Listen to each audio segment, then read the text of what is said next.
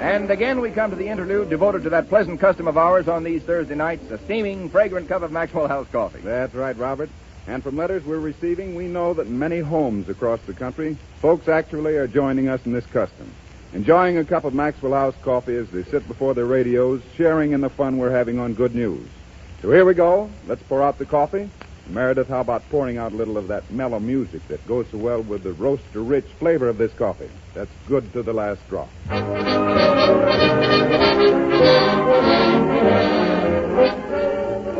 We pause now for station identification. KFI Los Angeles.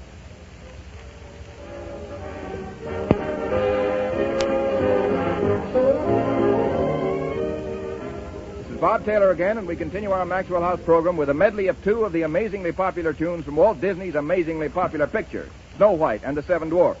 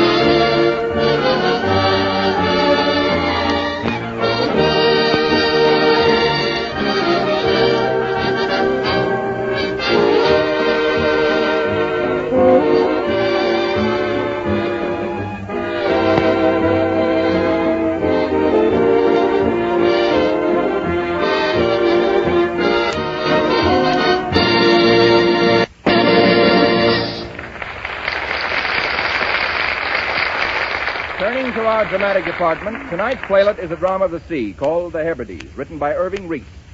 Our cast for The Hebrides includes Hanley Stafford, and as our leading lady, one of MGM's finest younger players, seen most recently in Navy Blue and Gold and with Frank Morgan in Paradise for Three, the gracious and charming Miss Florence Rice. And now, Meredith, a little scene setting, please.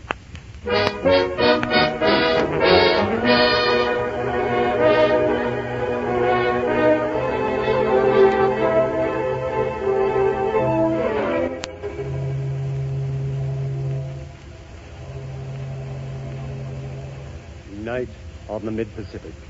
Tilted at a crazy angle, the SS Hebrides rocks gently on the calm, moonlit sea. Huddled on the sloping foredeck, a silent group of passengers, life preservers around them, reach frightened eyes into the night. Midship, apart from the group, are Enid Houston, played by Florence Rice, and Bob Larrabee, played by Robert Taylor. They are talking. Everything seems to have quieted down. It's all like part of a nightmare. I'll wake up in a minute and be frightened. We'll come through all right. It's the stillness. If there were only a gale or a pounding seas, it would seem real. But it doesn't seem possible that we're on a sinking ship. Why do they keep sounding that ghastly horn? The wireless operator told my husband there wasn't a ship within 800 miles. Well, a lot of small freighters don't carry wireless. There's always a possibility that one may hear it. It's so still between blasts. In silent requiem. Do you remember? Yes. You recited it for me the first night we met on board. Say it again, please. In this half hush before the dawn, no gull on wings gives cry. Dipping in silent requiem to the hour. Finish it. I've forgotten the rest. No, you haven't. But I remember it all. In this half hush before the dawn, no gull on wings gives cry. Dipping in silent requiem to the hour when men must die. Oh, Bob. Oh, come on now. We're all right, really. Forgive me. Just for a second I felt... No, it was nothing. Where's Lloyd? Writing. The wireless man told him he let him get 500 words through for his paper. I don't think I can bother with a story at a time like this. Oh, but you see, it's his whole life. He's gotten so used to a world of exaggerated headlines, it just doesn't seem possible that there is a world of reality. He should be here by your side, I suppose. Oh, it doesn't matter. I've had 5 years of training alone. Enid! Enid! He's calling you now. Enid! Oh, here you are, darling. Hello, Larrabee. Thanks for watching over the little woman. Duty before devotion, you know. Well, I got it, darling. I got the captain's permission to radio 500 words to the syndicate. Boy, what a yarn. I just finished it. Listen to it, will you? I'm calling it Staring Death in the Face on the Pacific. Here it is. Hello, folks. This is your adventure-hunting globe-girdler Lloyd Houston. Well, I told you this old headline horse would end up in harness someday, and it looks like that day is here. While you calmly read these words at breakfast, your old adventure hunter is staring death smack in the eye on the Pacific. Will that make their eyes pop? Yes, sir, the ship taking your reporter to the Chinese war front may never get there. This is probably my last adventure. For you know, because there's no cable from Davy Jones's locker, I report from there. Is that a line or is that a line? But wait a minute, you haven't heard anything yet. Yes, folks, your globe-girdler ship is listing heavily to port, caused by an accidental shift of cargo. We're sailing through a calm tropical night, but the slightest breeze may capsize us, and the nearest ship is 800 miles away. Well, folks, death may reach your old globe-girdler. Stop it, please. Why? Oh, what's the matter, honey? Don't you like my yarn? No, I like it all right, but, well, perhaps you ought to send it right off. Oh, yeah, right you are. This has got to make the morning edition. Well, so long, Larrabee. Goodbye, honey. See you when it's finished. Watch the little woman, Larrabee, will you?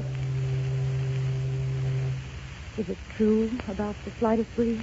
Oh, no, I don't think it's quite that bad. I'd rather know, Bob. We're at the limit of our normal swaying angle. If we tilt any more... I know. And dawn on the Pacific always brings a breeze. But this 1 hour... We have that anyway. Oh, darling, please don't. Enid. Oh, Bob. I'm sorry. Forgive me. No, don't go. Hold me close, darling. Yes, dear. There's so little time left for pretending now. I love you, Enid. I've loved you from the first second I saw you. I knew life would be meaningless without you from that moment. It doesn't matter if death brings us together. You're mine now. Oh, my darling, I love you so. I do love you so. I'm glad all this happened. We might never have known. We might have passed and gone on. Yes. Loyalty. But they go in the face of death like mist in a high wind. I'm not afraid of death now. Neither am I. With you near me, darling, death and night have no meaning. But we're going to live. We must live. No, it's better this way. If we came through... Well, I'd go on with Lloyd. But you couldn't. You love me. And he needs me. But not for much longer. So this hour is mine. We belong to each other. Funny. I dreamed all my life it would happen this way someday. But it didn't. And I put it out of my mind. And now it has happened. For an hour. And nothing else matters if we come through. The dawn's breaking. Darling, I must know. Promise me you'll tell me if we come through. It's getting chilly. Promise me, Enid. The breeze is starting. Stand by to abandon ship. You haven't answered. Oh, my dearest, please. I only know I love you. Nothing can change that. Nothing. Only stay close to me now. They're abandoning ship. We'll be separated soon, Enid. This can't be the end. No matter where we meet again, you must tell me that. You must tell me.